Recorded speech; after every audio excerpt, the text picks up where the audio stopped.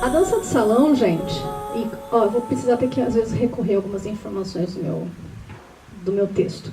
Bom, a dança de salão, na verdade, inicialmente não tinha esse nome. Vocês conseguem enxergar? Não estou atrapalhando, não. Qualquer coisa, vocês dão um alô. Inicialmente ela não tinha esse nome. Ela se chamava Danças Próprias da Sociedade. Acho que não, porque eu não consigo enxergar todo mundo. Ela se chamava Danças Próprias da Sociedade. E isso eu acho que já é bem emblemático, né? Porque ela tinha um papel social, assim como ela ainda tem hoje. E ela surge nos primeiros traços, ainda no século XV, mas tem o seu auge no reinado de Luís XIV, na França. Mas era um período marcado, sobretudo, pela ascensão do cavalheirismo. Do cavalheirismo, eu vou descer um pouquinho aqui, do romantismo. E a dança de salão, nesse momento, ainda danças próprias para a sociedade, era tido como uma forma de adquirir etiqueta, boas maneiras. Era uma forma de status social. Então a França, como nesse momento, ela ainda era um ponto de irradiação do que era moda, do que era parâmetro social, rapidamente essas propostas foram parar em outras cortes. Né?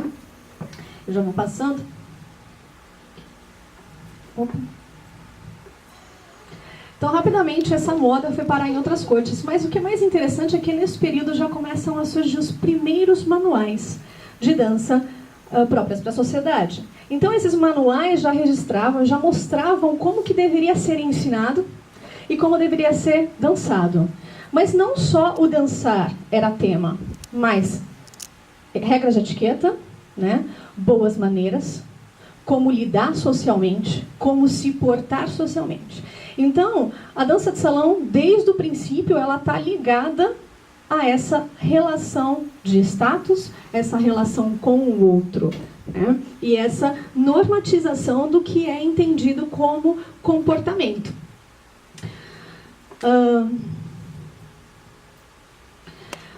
E no Brasil, isso vai chegar muito mais na frente, né? Só vem para o Brasil a dança de salão, as primeiras danças de salão, com a vinda da família real. Até então, basicamente, não haviam lugares de atividade social no Brasil. Então, os encontros se davam nos chamados serões, né? Os serões eram encontros que as famílias aristocráticas realizavam entre si, juntando as pessoas para ouvir alguma música, conversar, beber, né? Então ainda não existiam lugares e espaços de socialização. E foi interessante que... Alguém já ouviu essa expressão? Ah, você está fazendo serão. Já ouviram essa expressão? Né? Está enrolando, não está fazendo nada, né? Vem daí. Então, os serões eram o momento de divertimento, era o momento onde não estava trabalhando. Mas eles eram poucos, eles eram esparsos. E então, em 1808, com a chegada da coroa portuguesa ao Brasil, chega junto uma série de hábitos culturais, né? Uma série de hábitos sociais, que até então não existiam, mas que vai se dar sobretudo no Rio de Janeiro. Mas a coroa, então, chega ao Brasil cheio de profissionais, mas ainda não existiam profissionais aptos para desenvolver, por exemplo, o ensino da dança. Ainda não existiam profissionais aptos para ensinar etiqueta, para ensinar boas maneiras. Então a coroa começa a trazer profissionais que vão viabilizar toda a manutenção de um sistema social que já existia em Portugal, mas não existia aqui. E é justamente nesse período, então, que chega o primeiro professor de dança de salão. Já vou colocar um parênteses aqui. Apesar da gente falar hoje sobre mulheres, é inevitável que em certos momentos eu traga nomes de homens. Até justamente para frisar a invisibilidade da mulher em certos pontos da história da dança de salão. Em 1811 chega o primeiro professor de dança de salão do Brasil, chamado Louis Lacombe. E esse foi o meu primeiro susto com a história que eu sabia da dança de salão, porque até então eu achei que a dança de salão tinha tido a primeira escola aqui no Brasil em 1915. né? Quando, na verdade, a primeira escola acontece em 1811, justamente produzida por Louis Lacombe. E depois da chegada deles, seguiriam a chegada dos seus 3 irmãos. Os 4 irmãos Lacombe, que, dentre eles, não só tinham professores de dança, mas também professores de música e outras artes, compuseram, por exemplo, o balé da corte nesse momento. Eles eram responsáveis justamente por trazer um pouco desse ensino de boas maneiras, de etiqueta, de socialização, né? E então, no reinado de João VI, que vai até 1826, a gente vive um auge, vive um boom justamente do incentivo à cultura e à arte no Brasil, com a vinda da família real. E então, uma grande produção de bailes. E aí o Rio de Janeiro vai começar a viver essa experiência do baile, da socialização. Então começam a surgir os primeiros espaços de socialização que até então não existiam. Só que, gente, nesse primeiro momento, as danças de salão, ainda chamadas danças próprias da sociedade, não eram as danças de salão enlaçadas, abraçadas, como a gente conhece hoje. As danças de salão, nesse momento, eram dançadas sem toque, e muitas vezes em conjunto, certo? Os principais ritmos que chegaram ao Brasil foram os minuetos e as gavotas, que eram ritmos ou danças que vinham também da corte espanhola. Logo seguida dos irmãos Lacombe, né, que eu achei bem interessante porque teve um jornal de 1811 que justamente trazia esse excerto, eu trouxe para vocês. Louis Lacombe, professor de dança, ultimamente chegado ao Rio de Janeiro, tem a honra de anunciar a todas as pessoas civilizadas que ele se propõe a ensinar todas as qualidades de dança próprias da sociedade. Então veja, né, a dança de salão já era um instrumento de normatização, de separação dessa sociedade. Pessoas civilizadas, pessoas não civilizadas, né? E aqueles que faziam parte da sociedade tinham como obrigatoriedade conhecer a dança de salão. Tinha uma função social aí importante.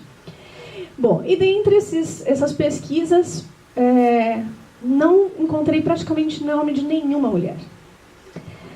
Deixa eu achar aqui.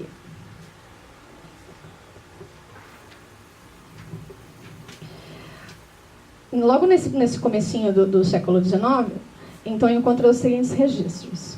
Chegaram outros profissionais, 2 homens, Milliet e Chevalier, chegaram em 1839. José Maria Toussaint, que não dizia o ano que ele chegou. E encontrei um outro registro. Philippe Caton e sua esposa Carolina, em 1840. Carolina é o único nome que não tem nem sobrenome e que é referenciada como esposa de alguém que chegou aqui no Brasil com o intuito de trabalhar como professora de danças próprias da sociedade, né? Então, justamente o que eu queria frisar é essa invisibilidade da profissional mulher nesse momento, que não é citada, que não tem espaço. E, sobretudo, né, que não encontrei em nenhum registro referências maiores dela. É sempre citado Louis Lacombe, claro, por ter sido o primeiro, né, mas, ainda assim, as mulheres invisibilizadas nesse primeiro momento. Muito bem. Então, como eu disse, nesse primeiro momento... Essa água é para mim? Obrigada. Peraí, gente.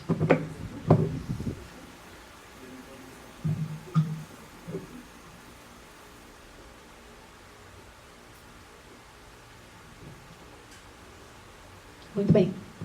Então, desse primeiro momento, né, como eu disse, chegam essas danças próprias da sociedade, mas que tinham como característica principal elas serem dançadas sem estar com o abraço entrelaçado. Eram danças dançadas soltas. E aí, então, um pouquinho depois, algumas décadas depois, chega no Brasil a primeira dança de abraço enlaçado, que da história, na verdade, do Ocidente, que é a valsa. A valsa, que é de origem austríaca, chega a toda a corte europeia, né? Claro, chega na França, faz um grande sucesso e daí se espalha para toda a Europa. Lembrando que nesse momento a França, Paris, sobretudo, né, era ainda um centro que irradiava as regras sociais, de moda, de etiqueta e etc. E claro, né, nós como colônia receberíamos influências disso tudo. Então, em 1837 é registrado a primeira valsa aqui no Brasil. É claro que esses dados, essas informações de data, às vezes, são complicadas, né? Há a possibilidade de que seja 1837, mas os principais registros vão acontecer um pouquinho mais tarde. Especialmente que, nesse momento, a gente já tem um grande fluxo de migrantes europeus chegando no Brasil. E essa migração europeia chegando no Brasil também traz os professores de música, os professores de piano. E eles são fundamentais para difundir a valsa, ensinar a valsa como música, né, para que ela seja tocada nos bailes aí que aconteciam. Então, a valsa como ampla prática de dança próprias da sociedade vai acontecer um pouquinho mais tarde, alguns anos mais tarde, se difundindo um pouco mais aí, sobretudo no Rio de Janeiro ainda. E pouquinho depois chega a polca. Esses dois ritmos, valsa e polca, serão super importantes para a gente entender o que vai vir logo depois, que é a primeira dança de salão brasileira, de fato. A polca ela chega em 1845, com um grupo de teatro francês. E a polca ela tinha uma diferença, por quê? A valsa, nesse momento, ela era dançada como? Homens e mulheres precisavam estar enluvados, porque não se podia tocar na outra pessoa. E, por favor, vem aqui, dá seu corpinho para mim. Então, é sobretudo uma questão da mulher, né? Como que a mulher tinha que tocar este homem, né? Faz o abraço do dança. Ela tinha que tocar pode deixar de estar, levemente com os dedos pousando suavemente seus dedos sobre a mão dele. E ela não podia criar vínculo visual, não pode olhar, porque se ele olhar vai pensar um negócio, né, que não pode pensar. Então, aqui, sempre enluvados, tanto ele quanto ela. Obrigada, amor. Tanto ele quanto ela, sempre enluvados para não se tocar, né? Tudo com um ritual, com uma coisa, com uma pompa. Já a polca vai trazer outras coisas. A polca ela era muito mais alegre, ela tinha pequenos saltos. E as mulheres já dançavam com vestidos um pouco mais curtos, mostrando os pés, para que pudessem, inclusive, fazer os pequenos saltos. Mas não era uma dança que escandalizava a sociedade. Era ainda aceita porque, primeiro, fez grande sucesso onde? Paris, né? A gente já sabe, depois que chega aqui pra gente. E esses dois ritmos, então, europeus, trazendo essa ideia do que é enlaçar, né, o abraço com o outro, vai produzir a primeira dança de salão brasileira. Eu achei tão legal essas imagens. Uma imagem do baile de valsa, do século XIX. Não é no Brasil, tá? É francesa, essa imagem. Então a gente pode perceber os vestidões, penteados, as mulheres, aqui dá pra ver bem, com a luva. Né? Já olha o baile de polca. Já é outra coisa, já dá uma brasilidade aí, né? As meninas já subindo mais a saia, né? Mais alegria, um pouco menos de etiqueta, de pompa, talvez. Muito bem.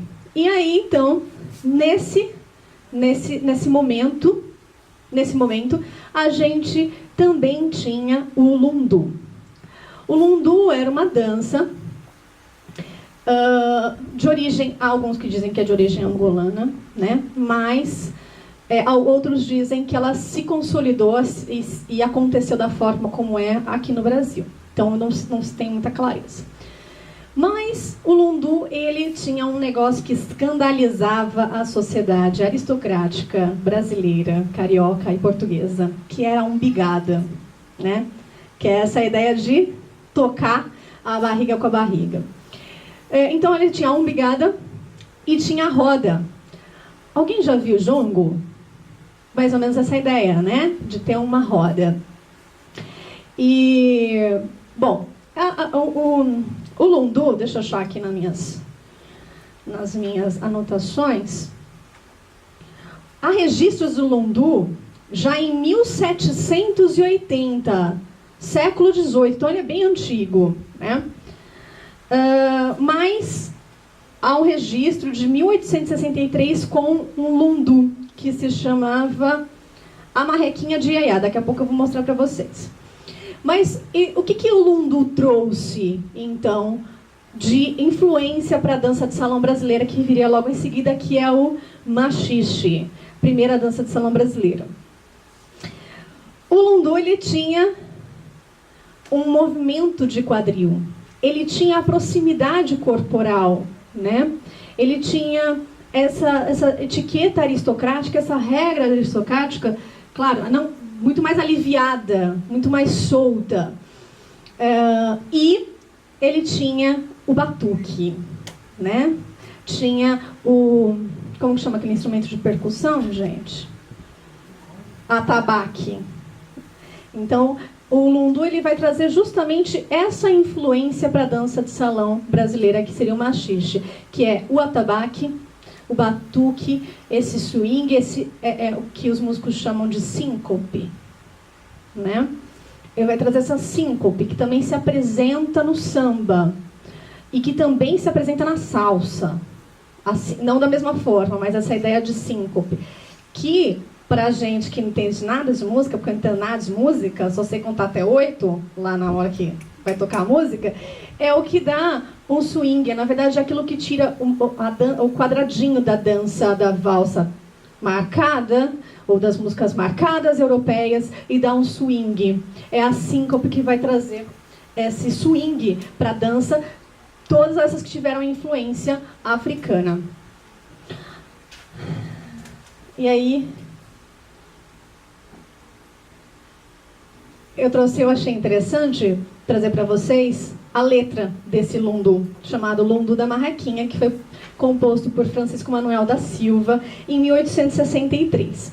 Porque o lundu, ele tinha uma coisa de cômico e ele também trazia uma exploração da sensualidade, coisa que a valsa e a polca não tinham, né? Então, a marrequinha, gente, é o laço que as meninas usavam atrás do vestido, um lação gigante, quando a gente vê filme ou vídeo de época, ficava aqui em cima do bumbum, né?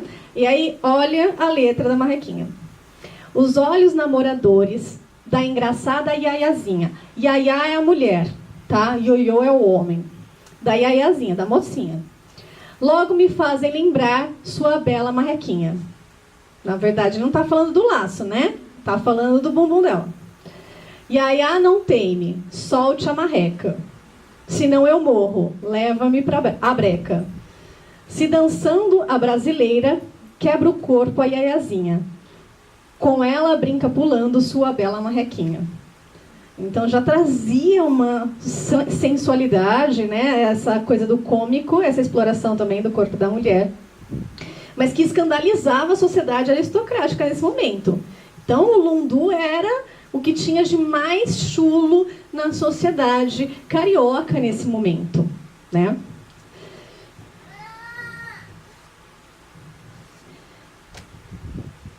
Então, a gente pode ver aí que a gente tinha a valsa, super ritualística, etiquetas e bombas. A gente tinha a polca, que já suavizava um pouco isso, e a gente tinha o lundu, que era marginalizado pela sociedade aristocrática. Então, a gente pode entender, sim, que a dança de salão, nesse momento, ela ensinava etiqueta, ela ensinava boas maneiras, ela ensinava a socialização, mas ela era, sobretudo, um instrumento que demarcava... Alô? Que demarcava as classes sociais, né? Quem dança lundu é o quê? Quem dança valsa é o quê? Quem dança polca é o quê? Acho que a gente também tem umas coisas. Quem dança funk é o quê? Na dança de salão. Quem dança azul que é o quê? Tá querendo se esfregar, né? Tem essas coisas. Então, instrumentos de demarcação de classes sociais e também de gênero. Como que a mulher tem que se portar? É decente uma mulher dançar no lundu? Como que a mulher tem que pousar a mão, tem que sim, não pode olhar, né? Então, tudo isso vem trazendo a dança de salão para a construção dessa sociedade carioca com a vinda da família real. E essa ideia de cavalheirismo impregnada na dança de salão, né? Então, o homem tira para dançar, o homem leva de volta. O amor romântico, né? Não olha, ai, não olha. Ai, mas aí eu quero. Não, mas não posso. Alguém já viu uma coreografia de dança assim? Ainda hoje? Todo mundo, né? Não, mas eu não quero. Ai, poxa, mas eu não quero. Mas eu vou. E tudo que gira em torno da heteronormatividade, né? Então, essa ideia de um casal composto entre homem e mulher, em que o homem, ele é cavalheiro, mas ele tem que chegar. E ela tem que o quê? Dizer não. E ele tem que insistir. E ela volta a dizer não. E ela nunca aceita. Então, tudo isso estava ali junto com o processo de ensinar a dança de salão. Todas essas normas estavam ali presentes no processo de ensino da dança de salão. Então, o que se espera de damas e cavalheiros? Né? Já desde aquela época. Então, o que se ensinava Ai, gente, uma informação que eu esqueci de falar. Sabe aqueles carinhas que chegaram lá no começo do século XIX para ser professor de dança? Além de ser professores de dança, de salão, dando aulas particulares e tendo suas academias de dança, eles também eram professores de escola. Porque nesse período, para se ter uma boa educação, era fundamental o ensino da dança de salão. Então a dança de salão também era ensinado para jovens a partir de 15 anos nas escolas regulares, nas escolas formais. Certo? Porque é fundamental que essas pessoas, agentes sociais, saibam se portar, saibam ter etiqueta, saibam ter boas maneiras. Fazia parte. Né? Imagina, se eu não sentar assim, ó, posso ser reprovada de ano. Né? Então, e é verdade. Se você não seguir as regras de descer a escadaria de lado, aqui, ó, você reprovava de ano. Imagina que é isso? Então, mas o que era ensinado, então? Como que os homens deveriam se portar? A dança de salão, então, era instrumento para ensinar aos homens a postura correta, a liderança, né? Através da condução. A condução de uma dama com firmeza, simplicidade dos movimentos. Eu acho isso sensacional. Por quê? Porque se ele enfeitar demais, ele é o quê? Bicha. Né? Não pode. Simplicidade dos movimentos, para não parecer efeminado. E cuidar de suas damas. E a mulher era ensinada a forma correta de se portar, falando baixo, sendo discreta, sentando de pernas fechadas, colocar-se em postura amável e graciosa. Lembra aqui, ó? Amável e graciosa, para valorizar seu charme e beleza. Então percebam, não falamos aqui de base vai para frente, vai para trás. Não falamos de giro, não falamos de ritmo. Tudo isso fazia parte do que era o currículo de ensinar a dança de salão. Vejam que tem muito mais do que passos de dança aí. Muito mais. A dança de salão, ela estava junto com etiqueta, com boas maneiras, com formas de falar, com formas de se portar. Muito bem. Mas, então, juntando aqueles caras todos, a valsa, o machixe, a polca, aí no fim já do século XIX, nasce o machixe, né? primeira dança de salão realmente brasileira, que vai se consolidar com todas as influências que estão aqui nesse momento. Quem já ouviu falar do machixe? Levanta a mão. Ok. Quem que já leu alguma coisa de história da dança de salão, já ouviu falar de um bailarino chamado Duque? Não? Então nem vou fazer a terceira pergunta. Se tivesse alguém, eu já ia fazer a terceira pergunta. Então vou deixar para depois.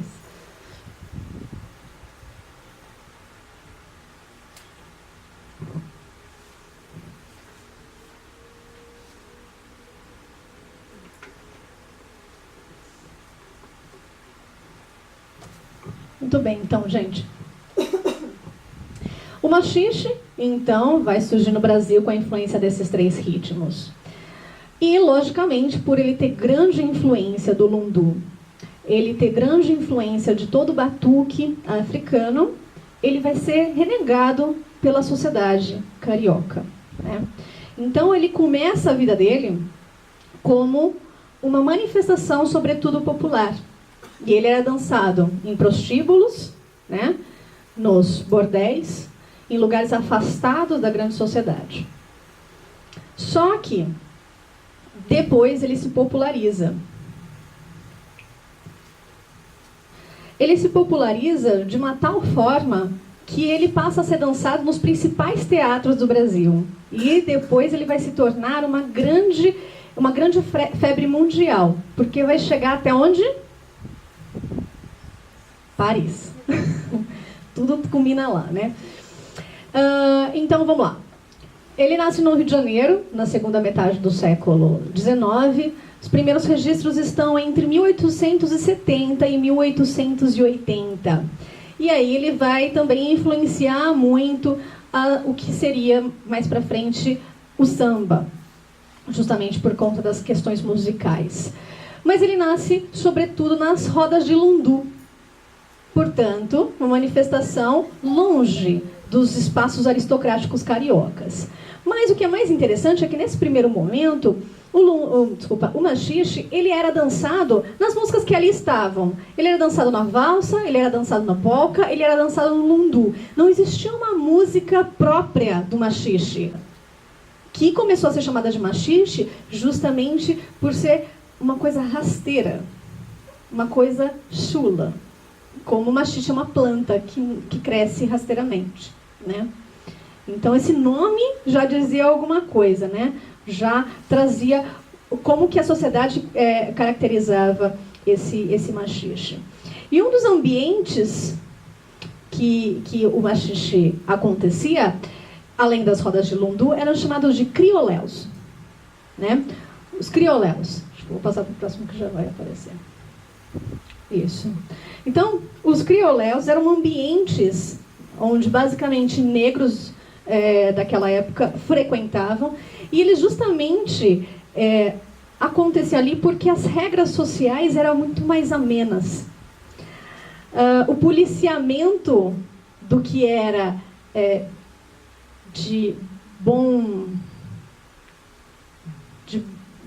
tranquilo de ser feito, assim, era muito mais aliviado, né, do que os bailes sociais aristocráticos. Então, o que aconteceu com o machixe nessa época é que ele foi completamente tido como imoral. Era um atentado ao pudor dançar machixe. E aí, portanto, ele foi proibido nos círculos familiares, né? Ele foi proibido como lei, inclusive, quem dançasse machixe poderia ser preso. E os fiéis católicos que dançassem machixe seriam excomungados. Então, alguns chamavam de machixe a dança excomungada. Justamente, acho que tem um documentário com esse nome. E o que caracterizava o machixe? O machixe, ele era uma dança de grande mobilidade do quadril, mas o que escandalizava a sociedade é que pela primeira vez se dançava colado. Corpo com corpo. Logo, para quem dava umbigada, dançar abraçado não é nada, né, gente? Só que os cariocas o quê? Meu Deus, isso é imoral. Então, o machixe ele escandalizava pelos movimentos agarrados, movimentos como esse, e os movimentos de quadril, que vinham do lundu e que fizeram parte do machixe. Só que imagina você fazer um negócio desse, ó, com a moça aqui colada contigo. Sociedade Carioca foi a loucura. Na verdade queria, né? Na verdade queria, tanto queria que consumiu mais pra frente. E consumiu mais pra frente como? Daqui a pouco eu vou falar. Vou pular um pouquinho essa parte. Vou trazer um pouquinho esse filme, que é um filme, cena do filme A Carioca, ou Carioca, não sei, de 1933. E eu tirei ele de um documentário chamado Machixe, a Dança Perdida, de 1980. Esse filme, o Duque, que é esse bailarino famoso, que eu comentei com vocês no comecinho da fala sobre o machixe, ele foi até os Estados Unidos para ensinar esses bailarinos a dançar machixe. Esses bailarinos não são brasileiros. Mas vai dar uma ideia pra gente do que era machixe. Deixa eu ligar aqui. Testar o som. Espero que dê para ouvir, gente.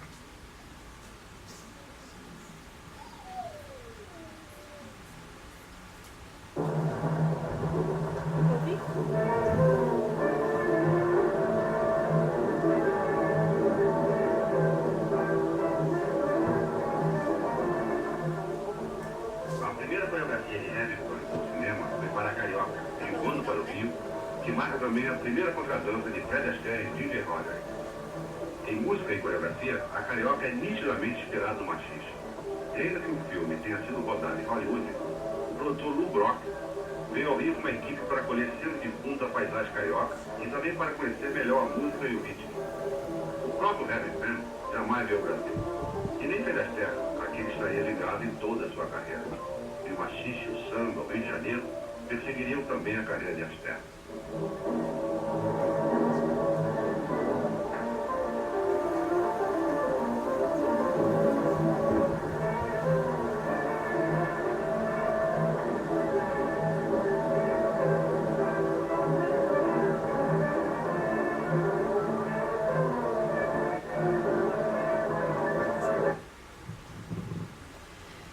Um pouquinho antes de terminar a cena, parecem dois carinhas ali. É o Fred Astaire e a Ginger Rogers. E logo em seguida eles dançam um solo, né? Inspirados no machixe, mas claramente não é machixe. Mas uma coisa que é interessante da gente notar é que vocês viram que o negócio não é de fácil dançar, né? Ó, aqui ó. Então, alguns dizem que o machixe foi perdendo potência justamente por ser uma dança muito difícil de dançar. Alguns diziam que parecia uma dança ginástica. Então, só algumas pessoas conseguiam dançar porque exigia muita flexibilidade, muita agilidade, muita lombar também, pelo que eu vi ali, porque a minha idade já não permite, inclusive. Certo, gente? E aí eu trouxe uma mulher que foi muito importante para a constituição do machixe enquanto música. Mas uma coisa que é interessantíssima a gente notar, como eu disse para vocês, lembra, o machixe ele se constituiu primeiro enquanto dança, depois enquanto música. Chiquinha Gonzaga, uma mulher que nasceu em 1847, tinha sua avó, uma ex-escrava, então ela tinha essa mescla. Ela não era uma mulher branca, mas seu pai era aristocrata. E ela frequentou os ambientes aristocráticos ao longo da sua juventude, mas por conta da influência familiar, ela também frequentava as rodas de lundu. E justamente frequentando as rodas de lundu e observando o machixe, percebendo que não existe uma música própria para o machixe, ela começa a produzir uma música que desse para dançar do jeito que eles dançavam. Então a música machixe, ela é produzida a partir da observação dos músicos sobre a dança que era dançada. Então, para se fazer os chamados voleios, os movimentos de quadril, os movimentos de pernas rápidos, foi preciso pensar uma dança em que tudo isso tivesse influência, já que tanto a polca, quanto a valsa, quanto o lundu influenciaram isso, quanto dança, movimento de corpo. Essas três coisas tinham que ter influência enquanto música. E Chiquinha Gonzaga trazia tudo isso em sua história. E ela vai ser uma grande e importante compositora de machixe, né? tem uma outra mulher mais para frente, Carmen Miranda, se torna uma importante intérprete de machixe, inclusive fazendo o machixe chegar a Hollywood, como a gente pôde ver no filme anterior, para vocês terem uma ideia de onde o machixe chegou. E a gente não tem noção do quão importante foi o machixe. O machixe tinha, nesse momento, a mesma importância do tango argentino. Era chamado, inclusive, de tango brasileiro. Foi uma estratégia encontrada para conseguir divulgar melhor o machixe, uma vez que, nesse momento, o tango era ainda mais famoso. Mas ele foi chamado de tango brasileiro, inclusive, para vocês terem uma ideia da abrangência que ganhou o machixe na Europa. Mas Chiquinha Gonzaga, ela foi uma mulher que rompeu com muitas estruturas sociais. Como mulher aristocrata, né, inserida num contexto aristocrático, ela não se conteve a esse ambiente. Ela não quis, justamente pegando essa influência toda que ela tinha, familiar, africana, ela produziu diversos machiches, mas também teve uma questão pessoal. Ela foi uma mulher divorciada no início do século, no final do século XIX. Imagina o que é isso, em plena sociedade aristocrática. E mais, teve diversos amantes, todos eles muito mais jovens. Ao final da sua vida, ela já tinha mais de 50 anos, ela teve um amante de 16. Uma paixão, um amor de 16 anos que ela adotou. Ela adotou o menino de 16 anos e eles fugiram para Lisboa para poder viver esse amor. Eu imagino o que era Chiquinha Gonzaga rompendo tudo isso numa sociedade aristocrática do final do século XIX. E ela vai fazer um forró-bodó todo, gente. Porque, eu vou mostrar esse próximo vídeo. Ela compõe um machixe super importante chamado Corta-Jaca. Deixa eu ver que ano que é o Corta-Jaca.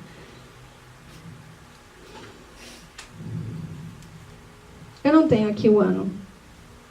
Mas, enfim, ela compõe esse machixe Corta-Jaca. E ela compõe junto com um cara chamado Machado Careca.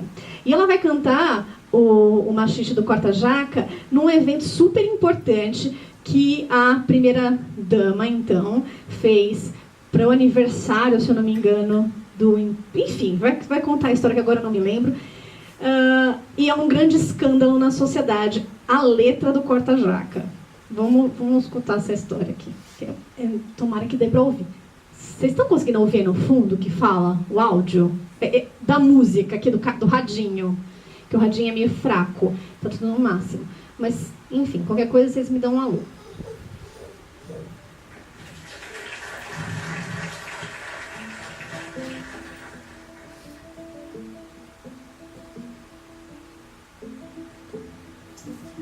Essa música que a gente vai fazer agora é um machixe de Chiquinha Gonzaga e Machado Careca de 1895.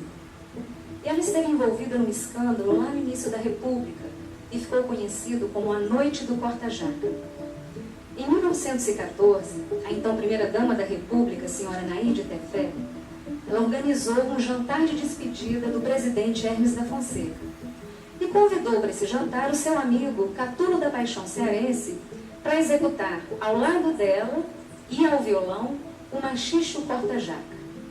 Foi um escândalo. A Sociedade Conservadora do Rio de Janeiro ficou indignada e no dia seguinte saiu essa matéria em todos os jornais. Rui Barbosa, que era senador da República e adversário político de Hermes da Fonseca, fez um discurso inflamado no Senado, dizendo que o machixe era a dança mais baixa, mais chula, mais grosseira de todas as danças selvagens, irmã gêmea do cateretê, do batuque e do samba. E é por isso que nós vamos fazê-la.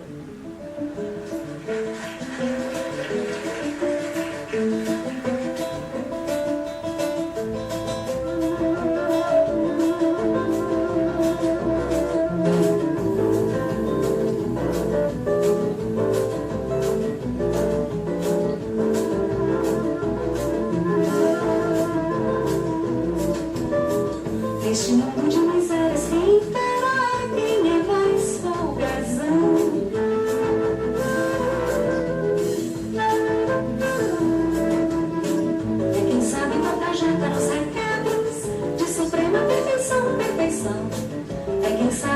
porta-jaca nos requebros de suprema perfeição. Ai, ai, como é bom dançar. Ai, porta-jaca assim, mexe com o pé. Ai, ai, tem feitiço, tem. Ai, porta meu benzinho assim, assim.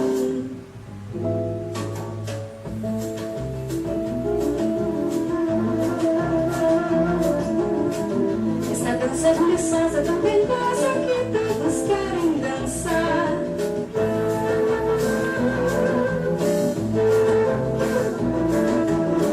Não há ricas baronesas nem marquesas que não saibam requebrar, requebrar.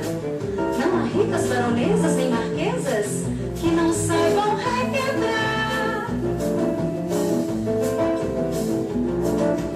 Ai, ai, como é bom dançar. Ai, porta-jaca assim, mexe com o pé. Ai, ai, tem feitiço, tem. Ai, porta meu benzinho assim, assim.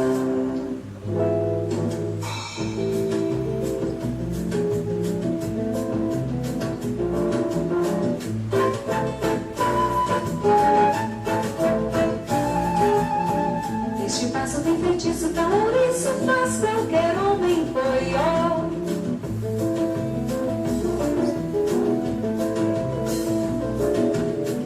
Não há velho carrancudo nem sisudo que não cai em tralaló, tralaló.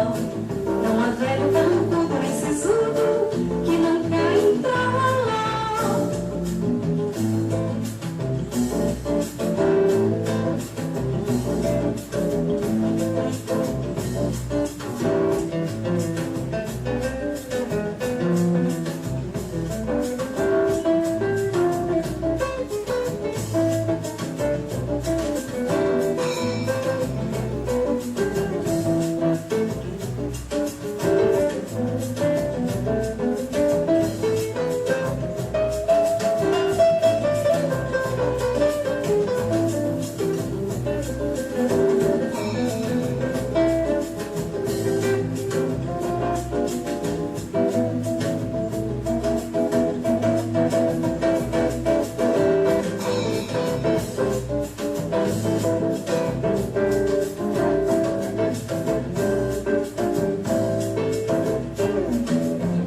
Ai, ai, como é bom dançar. Ai, porta-jaca assim, mexe com o pé. Ai, ai, tem feitiço, tem. Ai, porta meu benzinho assim, assim.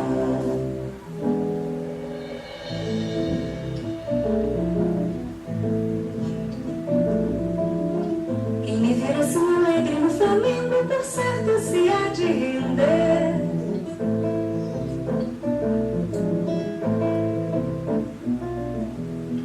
Não resiste com certeza, esse jeito de mexer, de mexer. Não resiste com certeza, esse jeito de mexer.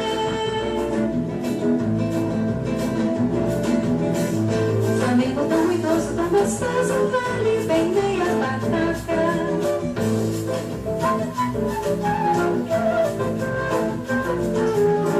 Dizem todos que na ponta está na ponta, nossa dança porta-jaca, porta-jaca. Dizem todos que na ponta está na ponta, nossa dança porta-jaca.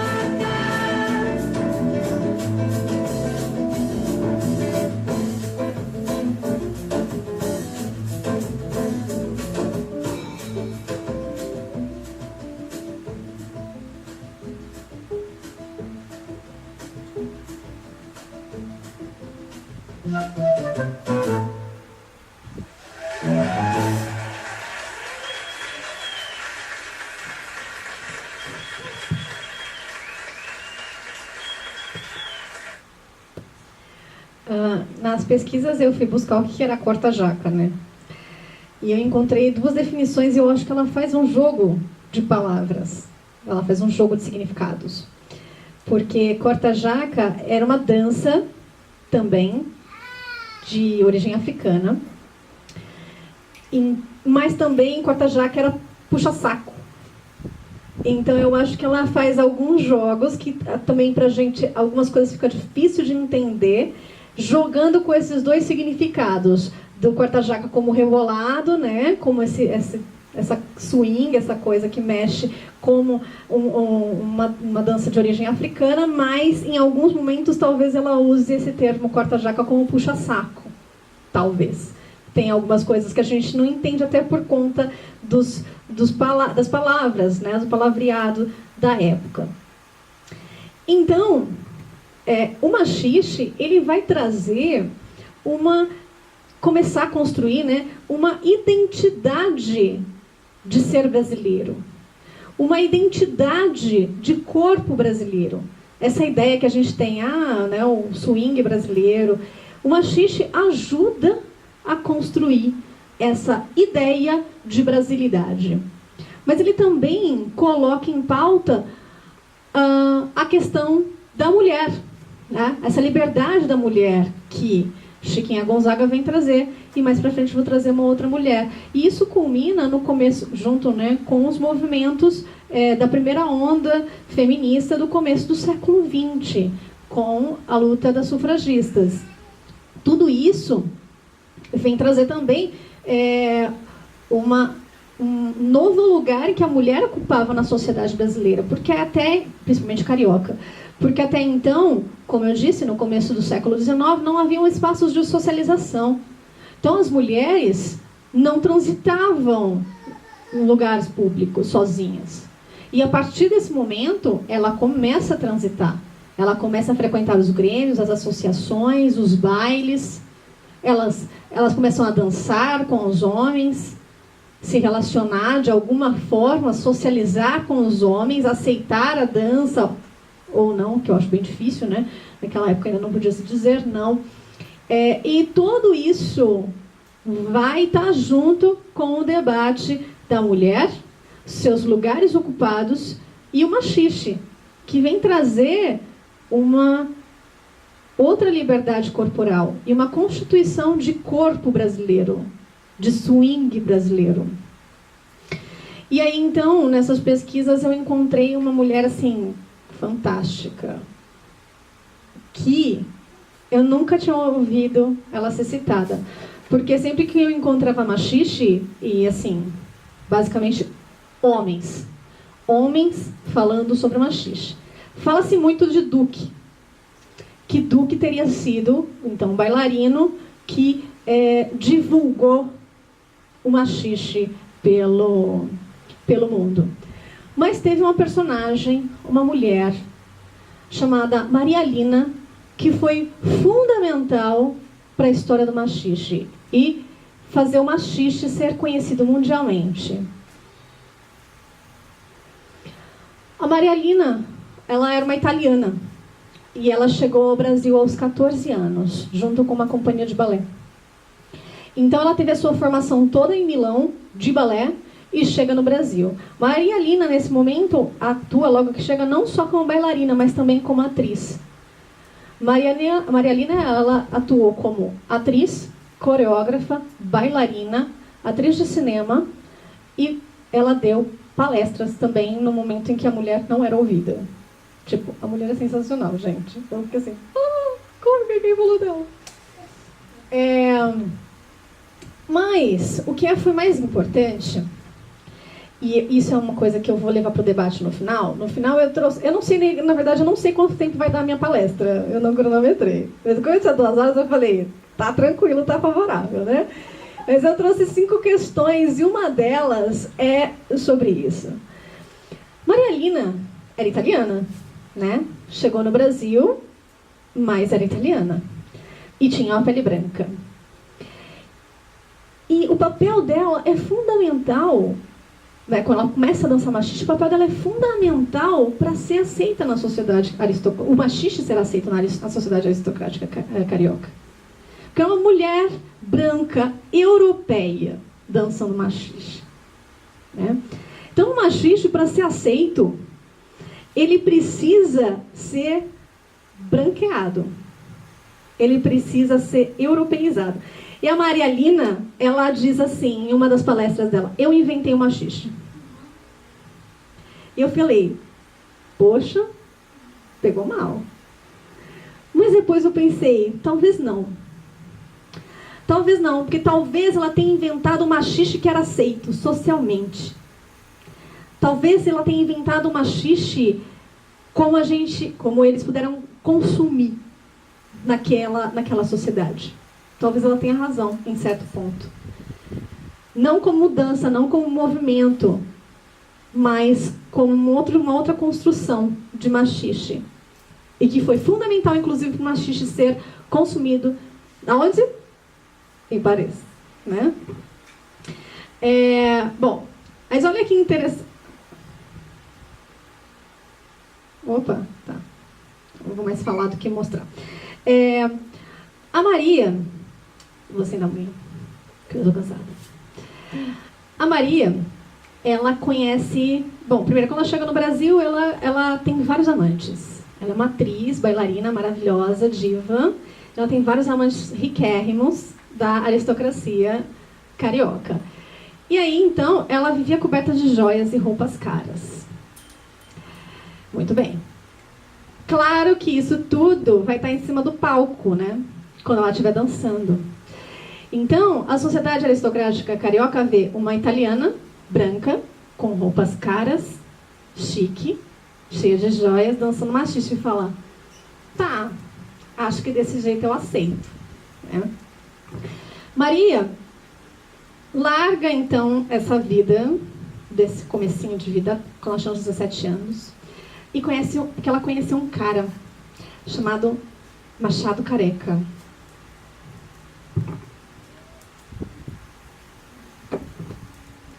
Ela conheceu, então, Machado Careca. E eles vão atuar juntos em peças de teatro. E pela primeira vez, eles vão colocar o machixe em cima do palco numa peça de teatro carioca. Por isso que ela diz que ela inventou o machixe. Ela foi a primeira, porque ela já dançava machixe, ele não. Ele não era bailarino, tá? Ele era ator. Ela sim, bailarina e coreógrafa. Então ela vai, junto com ele, dançar o machixe, tocado que música? Corta-jaca, né? Então ela traz o corta-jaca para cima do palco, ó que atrevida, né? Abusada. E ela dança o machixe com Machado Careca. Pela primeira vez em cima do palco, no teatro carioca. E então o machixe começa a ser aceito. Por quê? É trazido de uma outra forma. É uma mulher branca dançando. É uma mulher europeia dançando machixe. E então ela faz um grande sucesso numa peça de teatro chamada justamente O Machixe, acho que de 1906. Exatamente, de 1906. Então, que essa peça fez um grande sucesso, justamente culminando o ápice da dança machixe, e aí já então a completa aceitação da sociedade carioca ao machixe, que passa a ser tocado inclusive em todos os bailes aristocráticos, né?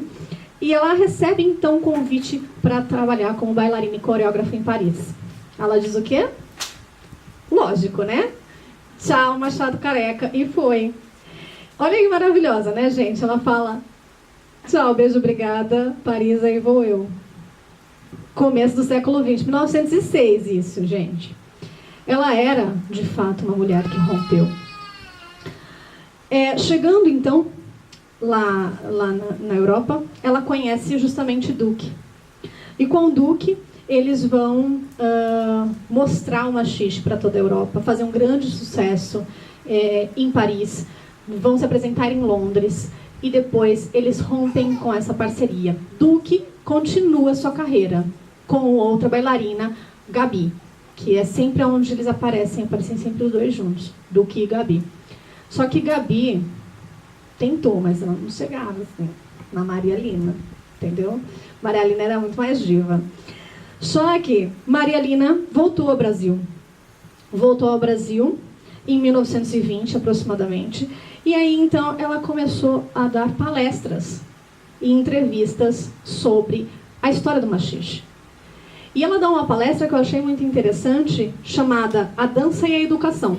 E ela dá essa palestra em ela chega antes de 1920 ao Brasil. Ela dá essa palestra em 1914.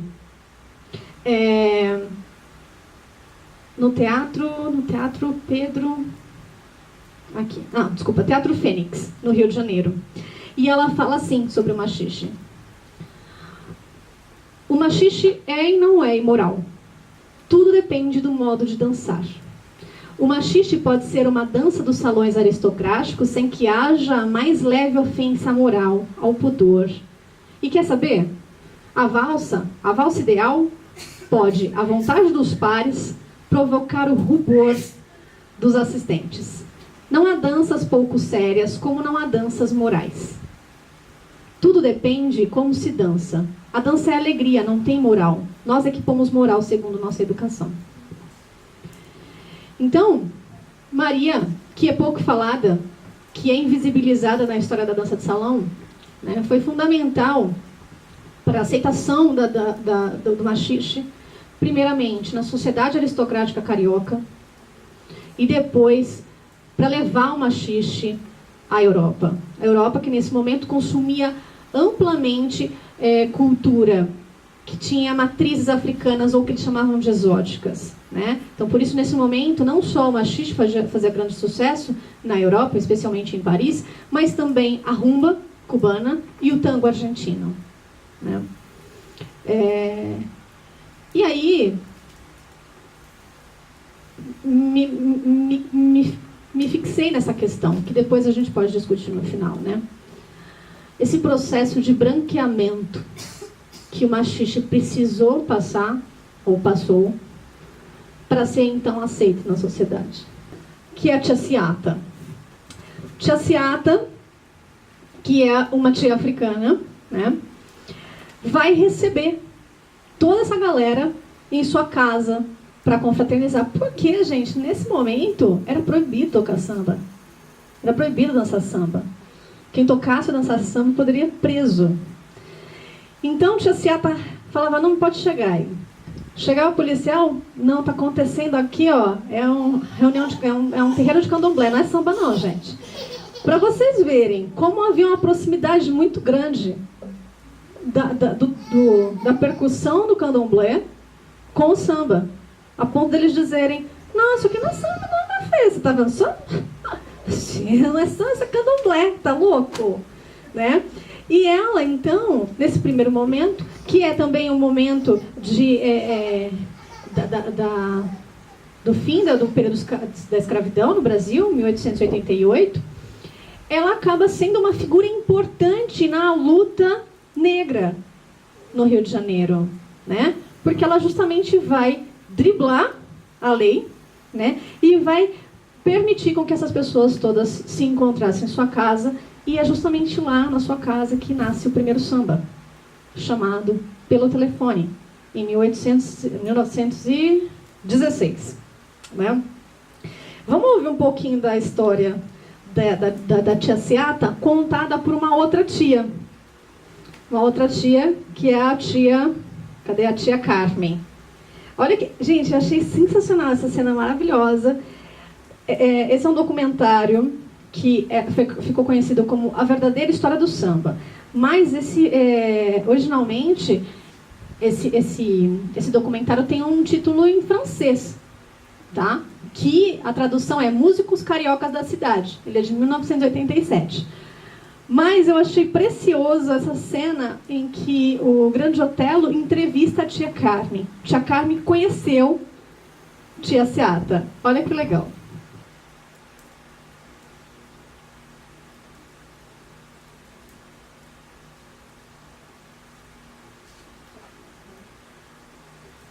Obrigado.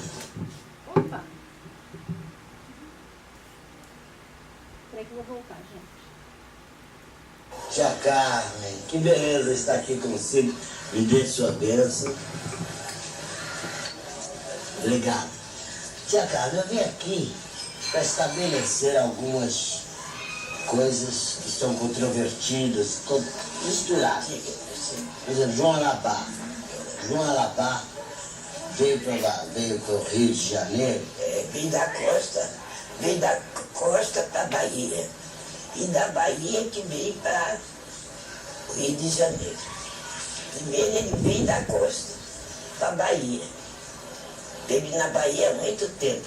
Depois da Bahia que ele veio para o Rio de Janeiro, para a Rua Barão São Félix. A Rua Barão São Félix. 174.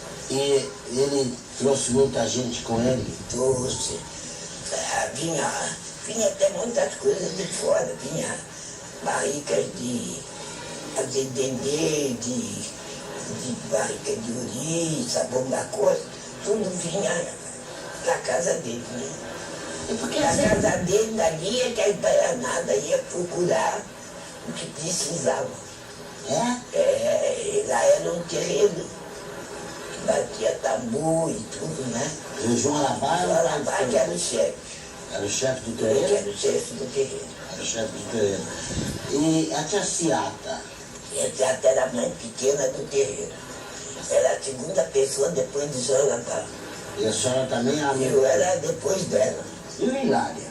Hilário era o chefe. Hilária era O o chefe era o rei. Esse que era o chefe do samba. Ele que era o rei do samba. Que era o primeiro que formava tudo quanto era bloco, rancho, sociedade, cordão de velho. Ele quem organizava. Para depois os outros subir ele para pedir para poder sair. E foram feitos vários sambas na casa da tia Ciata. O pessoal gostava de lá, que era muita comida, muita bebida, nunca faltou nada. E o pessoal tudo gostava de frequentar aquela casa e muita moça. Essas meninas todas foram para cá de Aciago, que hoje tem lá um samba bom, hoje tem um candomblé bom. O samba, a música que o Rio de Janeiro hoje em dia canta, é uma maravilha, nasceu na casa da tia Ciata. Na casa da tia Ciata. Da tia Ciata. E esse samba que nasceu na casa da tia Ciata, a senhora não se lembra de... É bagunça. Já pedi polícia pelo telefone, mandou me avisar. E na Carioca tinha uma roleta para nos prender.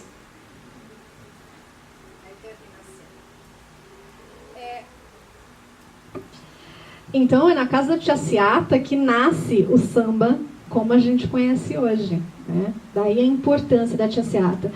E no começo do século XX, já ali por volta de 1920, a tia Ciata provavelmente era a maior personalidade feminina e negra do Brasil. Na sua casa, que ainda era um hábito ser frequentada por músicos, compositores, etc., iam os maiores nomes da música brasileira. Todo mundo se reunia lá. Todo mundo se reunia lá. E aí tem esse vídeo justamente da música, da primeira música pelo telefone. E essa interpretação do Donga, que é o autor de Pelo Telefone, que é esse senhor de gravata, junto com o Chico Buarque. E aqui no fundo, tá vendo que cara de óculos ali? Aquele cara é o Cartola. E depois esse cara do lado direito aí, ó, é o Pixinguinha. Todos os caras que são do princípio, né, do samba. E a Hebe também vai aparecer, é o programa da Hebe, eu acho. Eu acho que vai ser o programa da Hebe. O chefe da polícia pelo telefone mandou me avisar que na Carioca tem uma roleta para se jogar.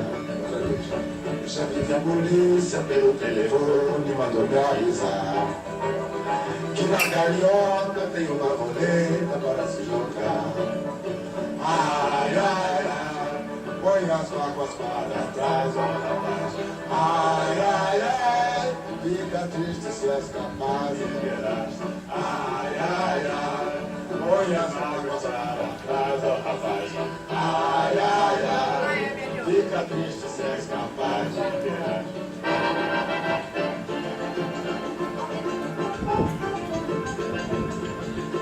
O chefe da polícia pelo telefone mandou me avisar que na Carioca tem uma roleta para se jogar.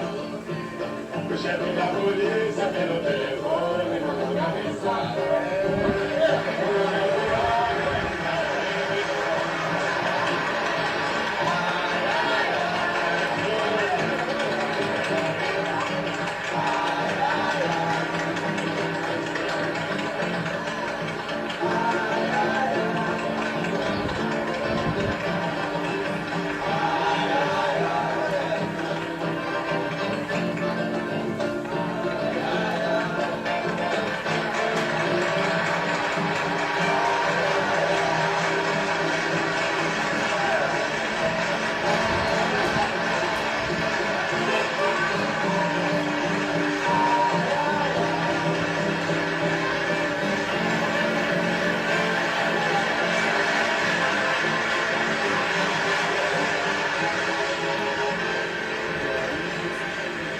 nossa terra.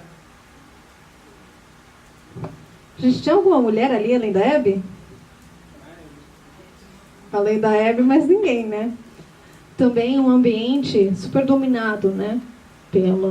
Pelos homens, que foi o samba. Bom, então a gente tem esse cenário do começo do século XX, que é um momento de bastante efervescência, bastante transformação no Brasil. E a gente tem, então, eu só achei genial, que tem uma crônica, um texto de Olavo Bilac, de 1906, que ele traz uma cartografia do Rio de Janeiro a partir do olhar da dança. Eu achei genial, né? Geógrafo, dança, eu falei, nossa, juntou as duas coisas. Lá em 1906, eu aqui patinando ainda. Mas ele vai mostrar como os bairros, determinados bairros cariocas, tinha um determinado grupo social, né? E, portanto, o ritmo que era dançado.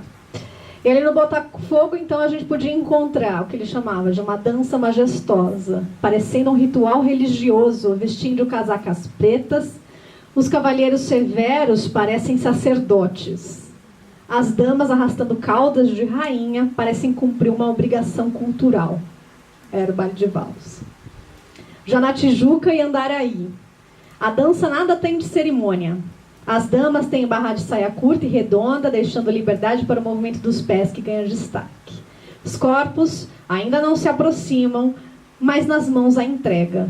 A dança é a polca. Cidade Nova. Aqui não há formalidade. Cidade Nova é onde nasce também o samba. Cidade Nova. Aqui não há formalidades. Os corpos tocam-se, braços enlaçam, face se aproxima. A música chega aos ouvidos do casal, tomado pela vertigem do movimento. Aqui reina o machixe. E a saúde. Aqui existia uma verdadeira fusão de danças. Jongo, batuques africanos, ritmos portugueses e indígenas. É onde se dança o samba. E aí eu fiz esse mapa. Dá pra ver? Tá um pouco claro, né? Dá pra ver o limite do oceano? Dá pra ver mais ou menos? Eu não conheço muito bem o Rio, gente. Mas essa região aqui pra baixo, aqui é o Botafogo. Até hoje... Melhorou um pouquinho? Essa região aqui de baixo, até hoje, é a região onde se localizam as elites. Né? E aqui era o Botafogo, que é onde é dançada a valsa. Aqui é Tijuca e Andaraí, onde era dançada a polca. Pelo que me parece, pelo que eu entendo, um pouco do Rio, alguém pode me ajudar, inclusive, se conhecer um pouco mais, é uma região de classe média, até hoje. Já aqui, o machixe e o samba são regiões centrais até hoje. Aqui é o centrão do Rio de Janeiro. O que eu pude perceber também, olhando pelo mapa, é a grande concentração de favelas. Aqui também. E até hoje, populações mais pobres e o centro da cidade é onde estão aqui. É justamente a Praça 11, que é pertinho da casa da Tia Seata, fica nessa região. Então, essa geografia que a gente pode observar a partir dos bailes de dança também nos mostra muito sobre a divisão social, socioeconômica dessa região, que grupos sociais que estavam aí localizados. E o quanto um século depois ainda a gente pode encontrar toda essa divisão social que existe ainda hoje no Rio de Janeiro. Eu achei muito interessante fazer esse paralelo com o hoje. Até hoje, a divisão se dá dessa forma. Muito bem. E aí já estamos entrando no século XX. E aí vou trazer uma mulher que foi importante para a história da dança de salão aqui em São Paulo, que é a Madame Poças Leitão. Alguém já ouviu falar? Pode levantar a mão, por favor. Quem sabe que a escola dela existe até hoje? Ok. Bom, Madame Poças Leitão é uma suíça que chega no Brasil em 1914. Né? E lá na Suíça ela já era professora de dança de salão, boas maneiras, etiqueta e sociabilidade. Ainda existia, um século depois, lá de 1811, desde que o Luiz Lacombe chega no Brasil, 1915 ainda existe esse sistema. E Madame Poças Leitão chega em São Paulo e percebe o quê? Fala, nossa, lá em Rio de Janeiro está acontecendo tudo, aqui em São Paulo não tem nada, gente. Esse povo aqui nem escola de dança não tem. Vou para lá, vou ficar rica. Vou ficar rica por quê? Porque eu falo francês, vou dar minhas aulas tudo em francês, vou dar aula tudo para esse povo rico aí, aristocrático de São Paulo. Que não sabe nada de boas maneiras, vou civilizar esse povo aí de São Paulo. Então ela vem e abre a primeira escola de dança de salão de São Paulo. Né? E era uma escola, justamente, as aulas dela eram dadas em francês. Por quê? Era condição que as pessoas da mais alta classe social saiba falar francês e tenha como referência tudo que acontece em Paris, né, gente? Sempre. Até hoje, né? Temos ainda muita influência.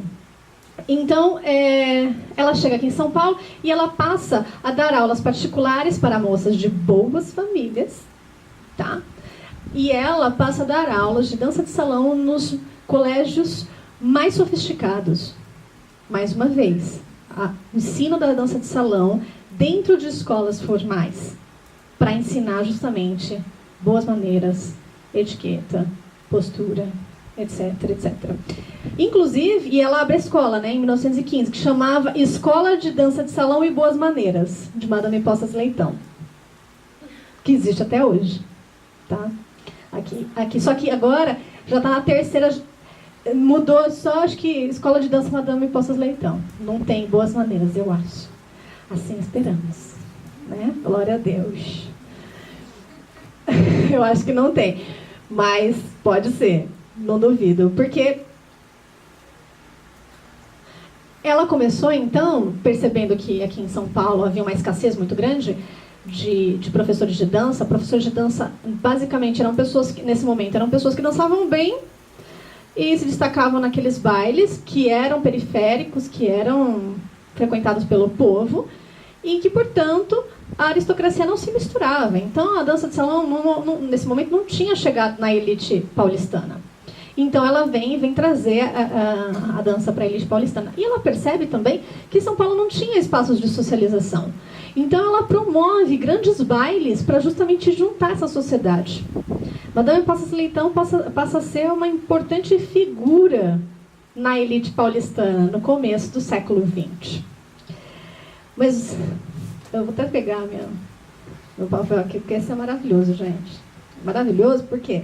Porque a escola existe até hoje. A escola existe até hoje e até hoje tem algumas regras que não caíram. Por exemplo, até hoje é proibido mascar chiclete, usar tênis, sapato sem meia e recusar o convite à dança. Até hoje, o lenço aí tem obrigatório para homens, para enxugar o suor, inclusive o suor da dama. Só em 1970 foi que tirou a obrigatoriedade do uso de terno e gravata para os homens e de vestido com saia, meia de seda e salto para as mulheres. Mas isso só porque a Faculdade de Direito do Largo São Francisco, que fica de frente, não, ela fica de frente com o Mackenzie, ficava, né, na época, não. Mas a Escola de Direito da USP tirou, então, essa obrigatoriedade. Ela falou, bom, se até eles, né, eu acho que eu vou ser obrigado, mas não quero. E ainda hoje, logo de começo, é ensinado aos homens tirar a dama com uma leve inflexão do tronco, mantendo os pés juntos, beijar a mão das senhoras, mas jamais das senhoritas, conduzir a dama para voltar à mesa. E por aí vai, mas não para por aí. Também existe a tradicional vistoria das unhas. Tem que ver se homens e mulheres estão de unha limpa. E para fechar com chave maravilhosa de ouro, primeira aula, a primeira dança é o quê? Dançar uma marcha militar. Pois é. E é isso. É aí que se baseia. Bom, na verdade, a ideia da marcha militar é justamente para tirar um sarro justamente das regras. Porque eles sabem que eles têm muitas regras, né? E eles gostam de ter muitas regras. Porque eles entendem que isso diferencia. a formação deles dos outros, todas as academias. Porque até hoje é uma escola de elite. A mensalidade é R$330 por mês. Tá? Então é uma escola de elite. E eles querem se manter assim. E para eles faz sentido. Porque, novamente, tudo isso diferencia pobres e ricos. Né? Então, mais uma vez, a dança de salão, ela diferenciou. Ela separou homens de mulheres, ricos de pobres, brancos de negros. E foi justamente nesses corpos que foi se estabelecendo as diferenças relacionadas à classe social, a gênero, a sexualidade, a etnia e tudo mais, né? São esses corpos, através dessa dança, que é codificada, que é normatizada, que transpassa o lugar do salão de baile e chega num contexto muito maior do que o salão de baile. Né? Então, o que se espera de uma dama, de uma mulher na dança de salão? É empatia, é leveza, beleza. Ela tem que ser conduzível. Ela não pode pensar. Quem já ouviu isso? Não, damas, não pensem, só vai. Né? Ela tem que sorrir e ela tem que ser sensual. E os homens, o que é esperado? Planejamento, estrutura, racionalidade. Ele é o condutor. Ele deve ser preciso. Ele tem que proteger, né, os resquícios do cavalheirismo lá do século XV, ainda se apresentando, ainda hoje na dança de salão. E ele precisa ser responsável e forte. Tudo isso é o papel do condutor, né, do cavalheiro, do homem. E a mulher, ela é o quê? Ela tem que ser submissa. O corpo dela é treinado para isso. Ela tem que responder ao mínimo movimento do corpo do homem. No máximo que ela pode fazer é o quê? Um enfeite. E ainda sem não atrapalhe o raciocínio dele. Não pode. Não pode atrapalhar. Se você quiser fazer um bracinho, pode, porque isso seduz. Isso enfeita, isso dá charme. Pode. Mas só não pode atrapalhar ele, tá bom? Porque é ele que planeja. Não pode atrapalhar o planejamento do moço. Aí, gente, eu vou ler um negócio para vocês, que eu juro para vocês que foi escrito em 2013. Eu juro.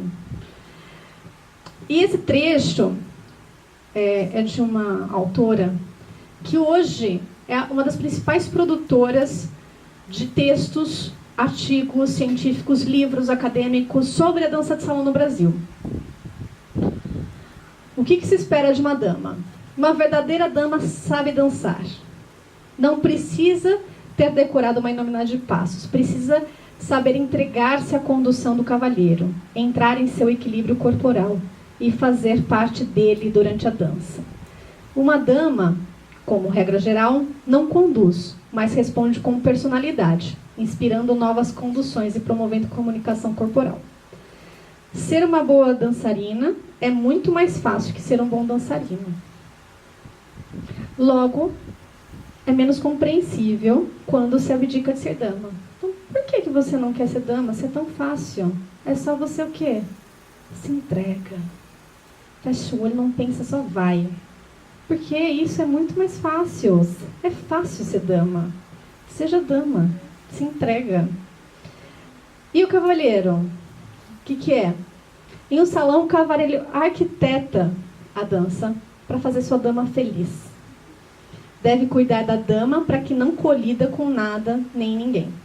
E quando há um acidente, deve protegê-la, assumindo o pedido de desculpas para o terceiro envolvido e depois para a sua dama. Porque ela não tem nem a possibilidade de reagir. Não reaja, deixa que eu resolvo tudo. Como o cavalheiro que conduz, cabe a ele administrar infortúnios no salão e evitar qualquer mal-estar para a sua dama e para os demais. Então, veja, o que eu quero mostrar para vocês é que essa ideia do que é ser dama, do que é ser cavalheiro, que a gente viu igual lá no século XV, se apresenta ainda hoje. E é a diretriz fundamental para o ensino da dança de salão em todas as escolas. Quando a gente vai numa aula de dança de salão, atrás daqueles passos que a gente está aprendendo, a gente está aprendendo uma série de normas sociais. Do que é ser homem e do que é ser mulher. De como cada um tem que se portar. E de como isso é regido por uma regra heteronormativa. Ou seja, pautada em relações heterossexuais. Porque sempre envolve um homem e uma mulher, cumprindo cada um aquele seu papel. Então, a dança de salão ela é permeada pelo cavalheirismo. Ela é ainda hoje. E o que é esse cavalheirismo, né? É uma espécie de recompensa. É uma espécie de recompensa à forma como a mulher age. E é uma forma de mantê-la naquele lugar. E é vendido isso como sendo legal. Como assim você não quer que ele seja cavalheiro? Só que, na verdade, e isso parece ser um privilégio, né? Não, você não paga conta. Aproveita, boba. Né? Só que, na verdade, o que está por trás disso? A mulher não tem dinheiro suficiente, posição suficiente, possibilidade suficiente, igualitária de um homem para poder pagar ou dividir a sua conta. Né? Então é isso que está escrito nas entrelinhas do cavalheirismo. Só que ela vem transvestida de gentileza e cuidado. Só que isso também afeta profundamente o cenário de trabalho. Porque a mulher não tem a mesma posição do homem no cenário da dança de salão. Quantas escolas vocês conhecem que levam o nome de um homem? De dança de salão, estou falando. E de mulher? Lá em Campinas tem 3 que levam o nome de homem. Nenhuma que leva o nome de mulher. Lá em Campinas tem umas 8 escolas de dança. Todas os proprietários são homens. Dança de salão, tá? Quando eu falo dança de salão, porque a gente está dentro desse contexto. Inclusive, a gente vê, hoje um pouco menos. Hoje eu quero dizer, nos últimos 3 anos, tá? Porque a gente via até outro dia a dupla ser apresentada só com o nome do homem. João de Deus e sua parceira. O nome da mulher sequer era citado. E ainda hoje o nome do homem vem na frente por conta desse histórico. Aí foi adicionado, né? Então João de Deus, Coimbra e Silva e Maria. Igual a história que eu contei pra vocês, né? Veio o nome do cara e Carolina. Carolina do quê? E sua esposa Carolina. A referência é sempre ele. E continua sendo assim. E tudo isso é transposto de uma forma de técnica na dança 2. E essa técnica é justamente a condução.